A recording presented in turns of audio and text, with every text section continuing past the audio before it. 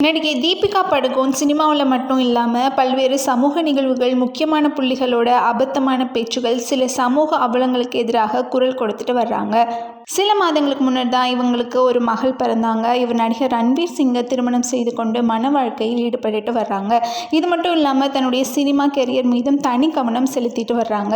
இப்படியான நிலையில் இந்தியாவில் இருக்கக்கூடிய மிகவும் பிரபலமான தொழிலதிபர்களில் முக்கியமானவர் தான் எல்டி நிறுவனத்தை சேர்ந்த எஸ்என் சுப்பிரமணியனோட கருத்துக்கு தன்னுடைய கடுமையான எதிர்ப்பை தெரிவிச்சிருக்கிறாங்க.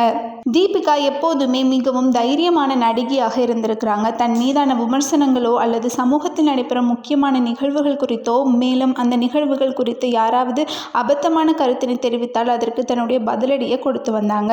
தன்னுடைய கருத்தை, விமர்சனத்தை முன்வைக்க தீபிகா படுகோன் எப்பயுமே தயங்கியது கிடையாது. எல்டி நிறுவனத்தை சேர்ந்த எஸ்என் சுப்பிரமணியன் தெரிவித்துள்ள அபத்தமான கருத்து பலருடைய கவனத்தை ஈர்த்துச்சு.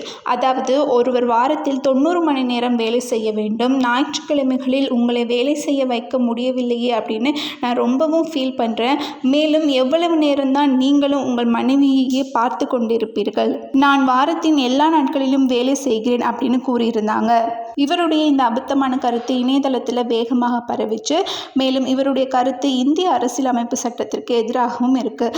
அதாவது, ஒரு நாளைக்கு 8 மணி நேரம் வேலை, வாரத்தில் ஒரு நாள் கட்டாயம் விடுமுறை அப்படின்னு தான் இந்திய அரசியலமைப்பு சட்டமும் கூறுது. இப்படியான நிலையில் எல்டி நிறுவனத்தை சார்ந்த எஸ்என் சுப்பிரமணியனோட கருத்துக்கு தீபிகா படுகோன் மிகவும் காட்டமாக தன்னுடைய எதிர்ப்புடன் தெரிவிச்சிருக்கிறாங்க. அதாவது, முக்கிய பதவிகளில் இருக்கக்கூடியவர்கள் இது போன்ற கருத்துக்களை சொல்வதை பார்க்கும்போது அதிர்ச்சியாக உள்ளது. எல்லாம் மனநிலை சார்ந்தது போல அப்படின்னு தன்னுடைய இன்ஸ்டாகிராம் பக்கத்தில் பதிவிட்டிருக்கிறாங்க.